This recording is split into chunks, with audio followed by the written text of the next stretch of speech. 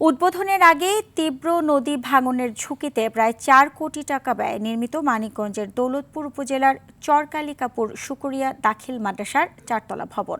স্থানীয়রা বলছেন, অপরিকল্পিতভাবে নদী তীরবর্তী এলাকায় প্রকল্পটি বাস্তবায়ন করায় এখন হুমকিতে পড়েছে এই রাষ্ট্রীয় সম্পদ।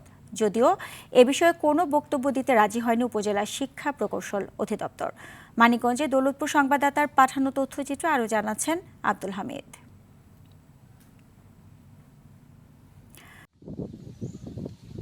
কারিগরি অধিদপ্তরের আওতায় ২০২২ সালে প্রায় ৪ কোটি টাকা ব্যয়ে নির্মাণ কাজ শুরু হয় মানিকগঞ্জের দৌলতপুরের চরকালিকাপুর শুকরিয়া দাখিল মাদ্রাসার 4তলা বিশিষ্ট এই ভবনের। এরই মধ্যে প্রায় শতভাগ কাজ শেষ করেছে ঠিকাদারি প্রতিষ্ঠান। তবে ভরা বর্ষায় যমুনার তীব্র ভাঙনে নদীগর্ভে বিলীনের দ্বারপ্রান্তে রয়েছে ভবনটি।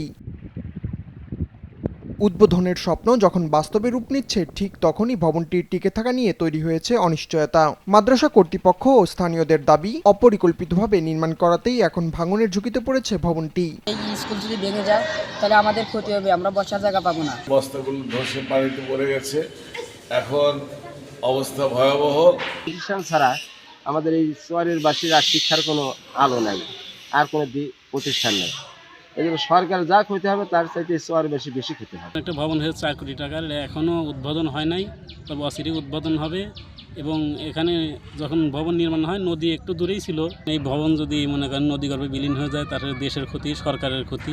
তো সরকারের প্রতি আকুল আবেদন আমাদের এখানে স্থায়ী বেড়িবাঁধ নির্মাণ করে আমাদের অত এলাকায় এবং এই বিল্ডিং রক্ষার জন্য সবিনয়ে অনুরোধ করছি। এই বিষয়ে ক্যামেরার সামনে কথা বলতে রাজি হননি উপজেলা নির্বাহী শিক্ষা প্রকৌশলী মোহাম্মদ ইশতিয়াক ইকবাল হিমেল।